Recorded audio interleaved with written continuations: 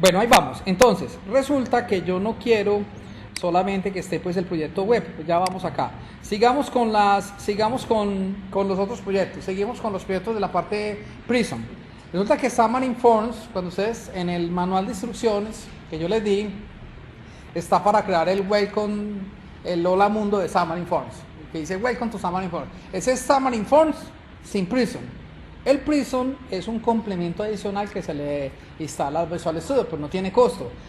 ¿Cómo lo hacemos? Fácil, por aquí por Extensions, tú le dices Manage Extensions y en el Manage Extensions buscas aquí en las plantillas online, vas a buscar una plantilla que se llama Prism. Simplemente escriben aquí Prism y él ahí les va a buscar y tienen que instalar esto.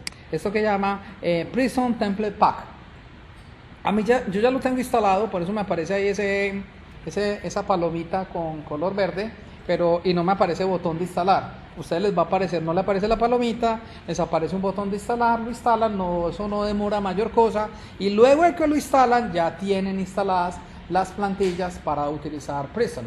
Entonces vamos a decirle a la solución, vamos a decirle que vamos a adicionar un nuevo proyecto, y cuando adicionamos nuevo proyecto, si escojo aquí Prism, entonces aquí ya me aparece que quiero crear una aplicación Prism de ASP.NET, no. Quiero crear una aplicación, una Prism Plan Application, no. Quiero crear una aplicación, una Prism Plan Application para Xamarin Forms. Esa es la que debemos de escoger. Entonces le voy a decir aquí Next y le vamos a dar el nombre de la aplicación. En este caso le vamos a decir, esta viene siendo la taxi.prism. Decimos que nos cree. Y esta tiene un wizard. En el wizard él nos dice, ¿para quién la vas a crear? La vas a crear para Android, obvio. La vas a crear para iOS, obvio. Y la vas a crear para UWP. No, porque UWP ya, nada que ver, ya, murió. Ahora, yo les había dicho que este semestre le vamos a machacar muy duro a la inyección de dependencias. .NET Core tiene inyección de dependencias de manera nativa. La buena noticia es que Prism también tiene inyección de dependencias. Okay. Gracias. Entonces, incluso tenemos dos posibilidades de inyectar. Podemos utilizar como inyector el Drylog o podemos utilizar como inyector Unity. A mí me gusta utilizar Drylog, pues me ha funcionado, me ha ido bien con no tiene problemas. Entonces le decimos que crear proyecto y después de esto van a pasar aquí. No se va a crear un solo proyecto, sino que se van a crear 3 proyectos Prism con este wizard. Entonces ya nuestra solución va a pasar de tener 2 proyectos a tener 5 proyectos. Esperemos a que los termine de crear. Y listo, ahí va. Entonces si observáis aquí en la solución ya tenemos, el taxi.common, que es la librería general, tenemos el taxi web y tenemos el taxi Prism, que es otra biblioteca de clases, que es donde vamos a compartir todo el código Android y iOS. Tenemos el taxi.prism.android, que ese ya es el proyecto específico de Android, y tenemos el taxi.prism.web, el taxi.prism.iOS, que ya es el proyecto específico de iOS, y esto ya corre. Vamos a probar a ver cómo corre esta vaina. Simplemente vamos a seleccionar aquí que vamos a correr nuestro proyecto Android y mira que aquí ya me reconoció mi teléfono, que es un Motorola, un Moto G. En el manual de instrucción de configuración están las instrucciones de cómo habilitan el modo desarrollador para que le reconozca el teléfono. Si lo corro en este momento, si le doy play, la primera vez se demora un tantito más haciendo el deploy porque tiene que generar todo. Mientras eso va cargando ahí, voy a abrir por aquí el visor para que ustedes puedan ver lo que yo estoy viendo en el teléfono. Y vamos a hacerle aquí view. Esperemos que nos cargue. Esto puedo poner más grande. Ahí va, ese es mi teléfono. Este es el teléfono físico, eso no es emulador. Esperemos que está haciendo el deploy. Voy a pausar mientras termina de hacer el deploy para no perder este tiempito. Cuando arranca, ¿cómo? Lo estoy subiendo hoy en la noche o mañana en la mañana. Entonces, hasta que llegamos a este punto. ¡Tarán!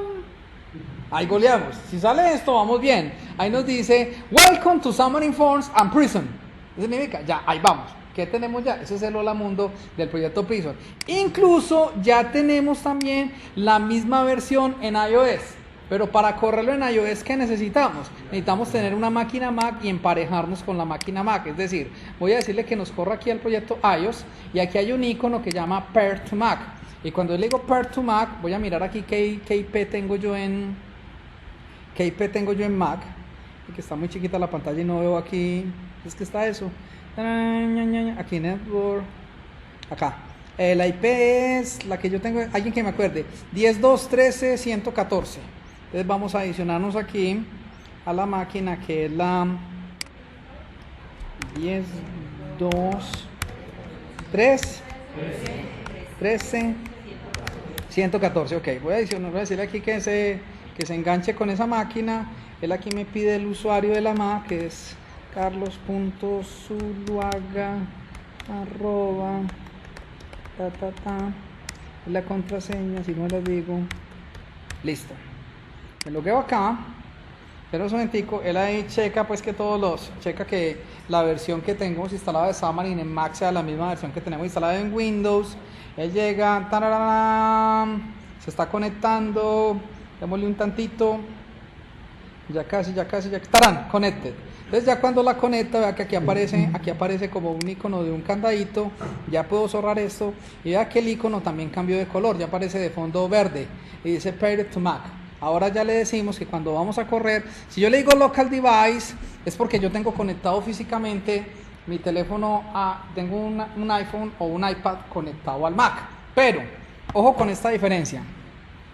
En Android es muy fácil, porque en Android tú tienes tu teléfono Android, tú activas el modo desarrollador, conectas el teléfono y puedes depurar en el teléfono. En Mac no.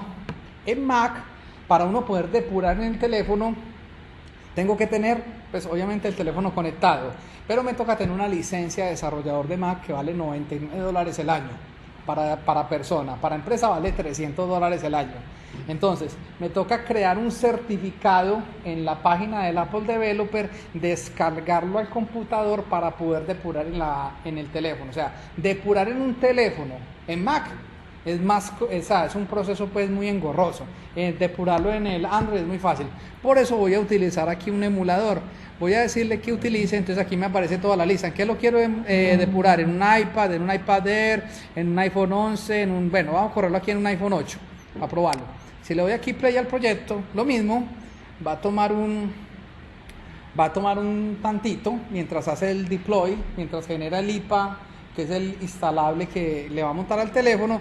Mientras lo genera voy a pasar aquí un momentico esto, Welcome to Xamarin Forms. Esa es la versión del mismo proyecto, pero ya está en iOS. Ahí vamos. Ahora, ya para terminar aquí lo de la plataforma, nos quedan faltando los proyectos nativos. Vamos a meterlos de una vez, aunque todavía no les vamos a meter código.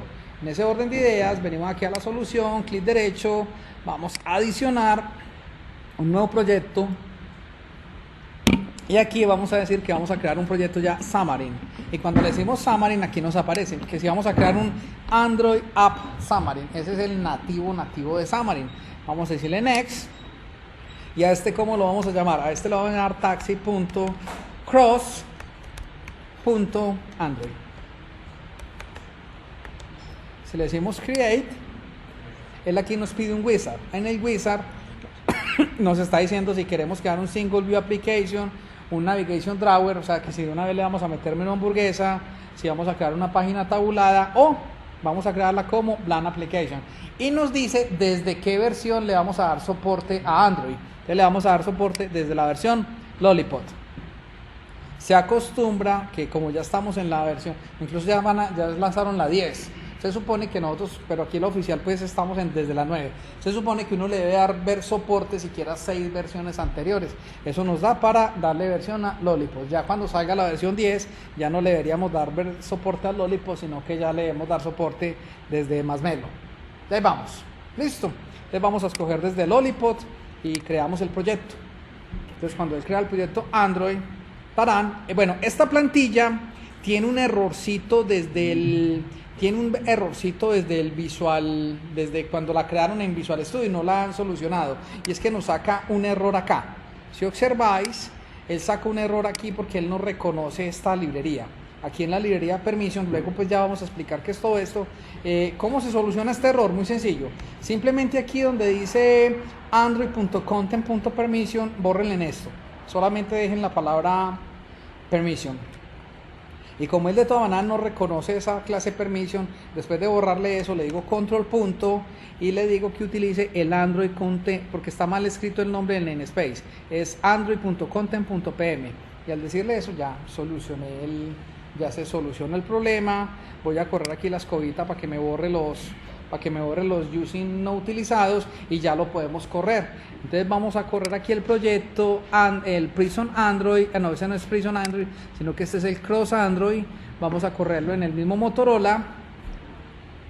Entonces aquí viene lo mismo, viene un tiempito mientras hace la compilación de este proyecto, que ya es el proyecto nativo de Android. Esperémoslo ahí un tantito mientras me compila.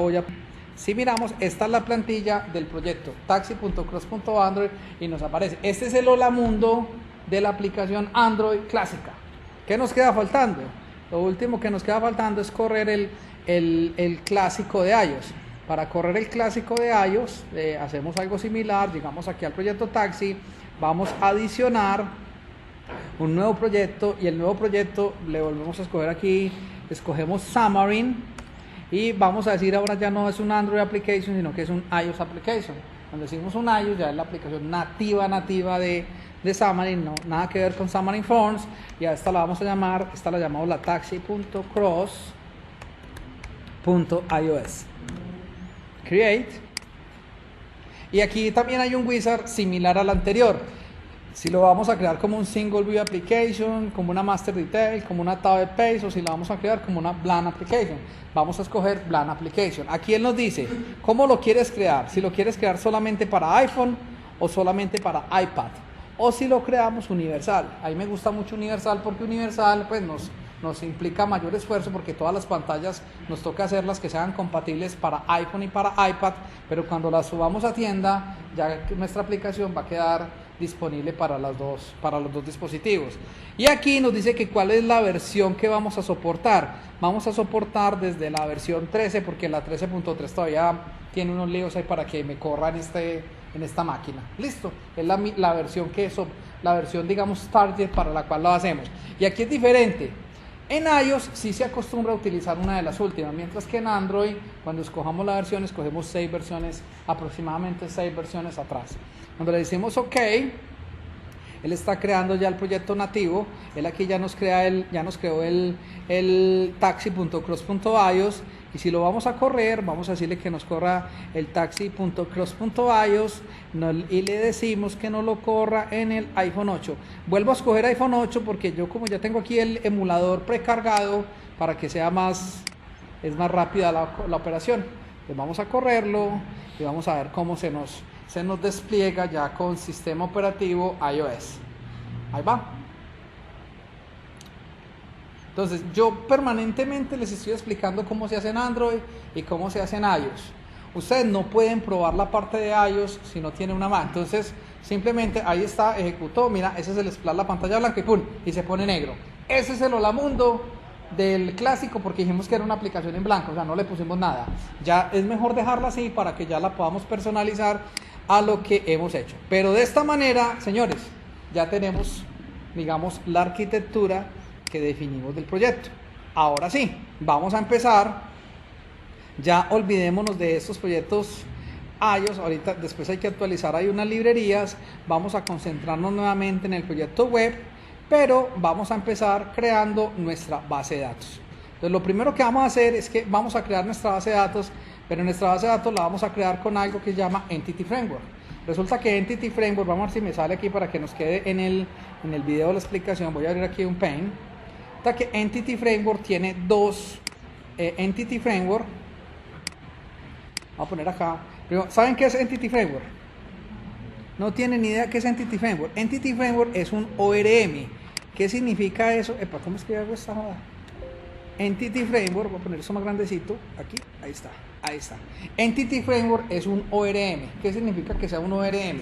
nosotros no vamos a utilizar instrucciones SQL nativas. O sea, yo nunca voy a utilizar un cele, asterisco, ni un insert into, sino que vamos a colocar unas instrucciones que están en lenguaje C# y esas instrucciones en lenguaje C# se traducen a instrucciones SQL. Entity Framework tiene dos formas de trabajar. Una forma de trabajar de Entity Framework la vamos a llamar Code First. Aquí la voy a poner Code First. Y la otra forma de Entity Framework trabajar se llama Dataverse. Epa. Estoy como torpe para manejar esta cosita. Ahí está, voy a ponerla así. La otra forma que tiene Entity Framework se llama Dataverse. ¿Cuál es la diferencia? Dependiendo, como todo en la vida, dependiendo de las necesidades. ¿Qué es Code First? Code First es que nosotros vamos a empezar a crear, en Code First, nosotros vamos a empezar a crear unas clases y con esas clases, nosotros luego de esas clases vamos a mapearlas y vamos a construir, yo creo que por aquí está el icono de base de datos. No hay. Jue madre, bueno. No hay, bueno. Entonces con Code First nosotros creamos, supongamos que la bolita es base de datos porque no hubo más. Entonces con Code First yo creo unos modelos y con los modelos le corremos unos comandos y con esos comandos se nos crea ¿qué? Se nos crea la base de datos. Mientras que en Database First se supone que yo tengo una base de datos preexistente, corro unos comandos y después de correr unos comandos, ¿qué pasa? Se nos crean los modelos. ¿Qué son los modelos? O sea, se nos crean las entidades que son las necesarias para poder mapear la base de datos. Entonces, ¿cuándo se recomienda usar Code First?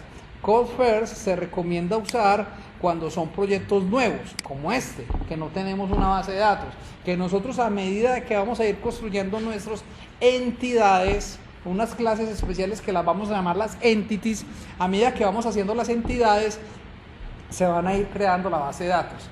Cosa contraria sería que yo empezara un proyecto en el cual ya existiera una base de datos, que llenaron con otro sistema. Puede que a mí un cliente me diga, yo tengo una base de datos, en esta base de datos hay 5.000 clientes, está la historia de los pedidos o está la historia clínica de los pacientes, necesito que me hagas una aplicación móvil que se pegue a esa base de datos. ¿Ahí qué hacemos? Ya no nos vamos por Code First, sino que nos vamos por Database First. El alcance de este curso, ya te atiendo, Sandra, el alcance de este, ¿cómo es? Marcela, siempre le digo Sandra, bueno, hasta que aprenda, corríjame hasta que me lo aprenda. Entonces, el alcance de este curso no vamos a trabajar de Database First, sino que vamos a concentrarnos en Database First. Si alguien quiere,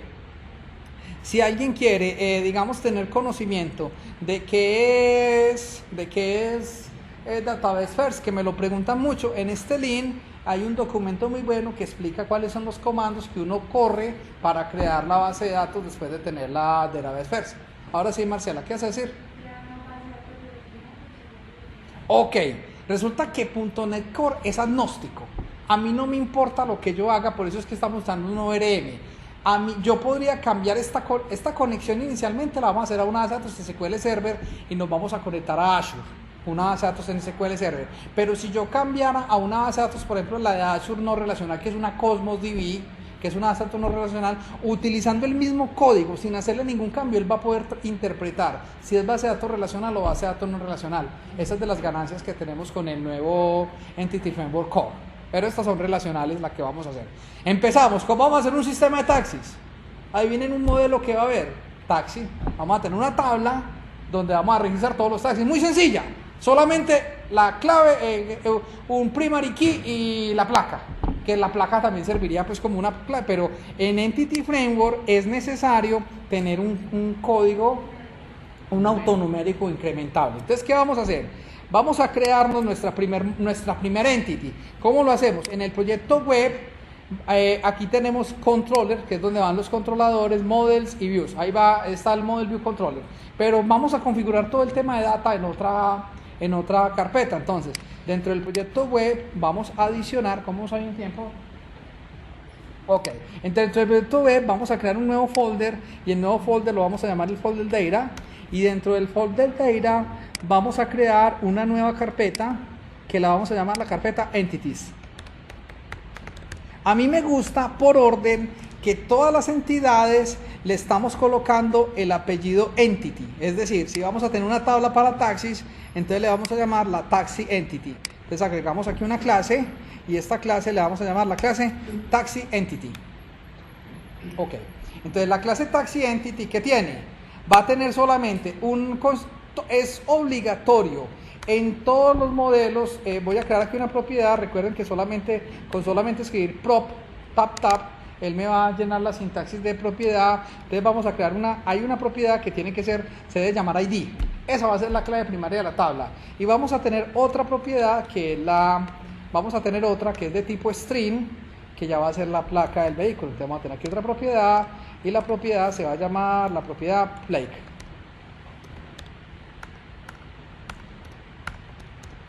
Ahí está. Ahora, si lo definimos así, esto se va a convertir a base de datos. El entero se convierte a un numeric y el string se nos va a convertir a un varchar cuando lo mapeemos en base de datos. Pero si no le ponemos anotaciones, ¿qué va a pasar? Esa placa no queda obligatoria porque los strings admiten nulos.